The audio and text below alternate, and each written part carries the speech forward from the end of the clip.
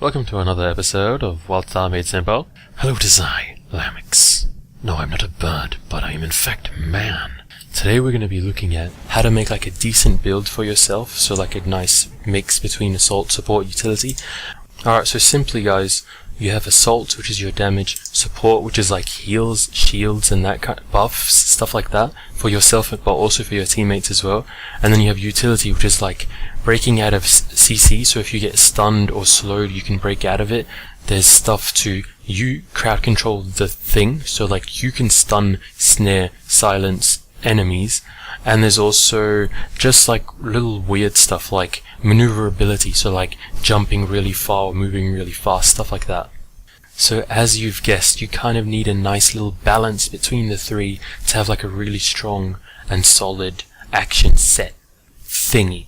So like someone would be thinking, why not have all damage, because then you can do all damage? Well, like it doesn't really work like that, because everyone has a builder, everyone has like a resource. Like for me, it's these psi points. When I have 5 psi points, then I spend them. So like some things build psi points. You can't have too many spells with you that build energy, because that's kind of a waste. You kind of won't have time to use 2 different builders. So like I only have one, Telekinetic Strike, and I'd imagine that everyone, whatever class you're playing, that's how you're going to go as well. You're only going to have one builder. So on that note, I have Telekinetic Strike as my main builder, but I also have Reap and Concentrated Blade as like, they build as well, but they're not my main builder. But I also like them, Concentrated Blade, Reap and the other one, because they're instant and they're cooldown based. They don't use my resource. Mind Burst is my main resource spender, so I'd recommend only have one ability that uses your resource. So the Spell Slingers have a resource, I can't remember what it's called, Spell Power, whatever. Try to only have one thing that spends it, or 1 or 2 or 3, you know, like kind of depends on your class. But don't have too many spenders, you know what I mean? Because you can only spend so much. Like Mind Burst spends absolutely every point I have. It spends all my resources. So if I had another ability that spends, then you have to make a decision. Like, which ability am I going to make useless right now? This one or this, you know what I mean? So like that's the kind of balance you have to think about. So Concentrated Blade, Reap, and like some other spells, they're just cooldown based. They do not use psi points. They don't use a resource at all. So they're good to have as well. Just cooldown ones. You have one main resource spender or 2 or whatever, and you have one main builder. Whoa, I hope that's not confusing. So I'd limit it to maybe like 4 or 5 spells in assault.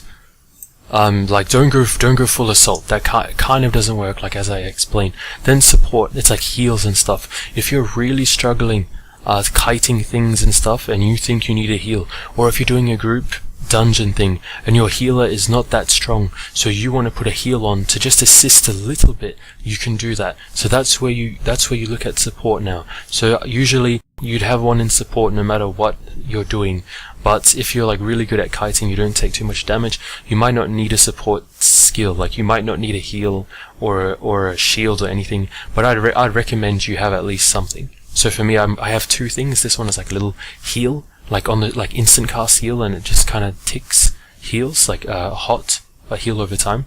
And this one is like it's like a damage / heal spell, which I like because I can cast it instantly when I'm above 2 psi points. So I like that it's instant. I don't want to cast a weak damage spell, you know what I mean? I already have Telekinetic Strike, which I cast, so I don't want to cast too many things, you know what I mean?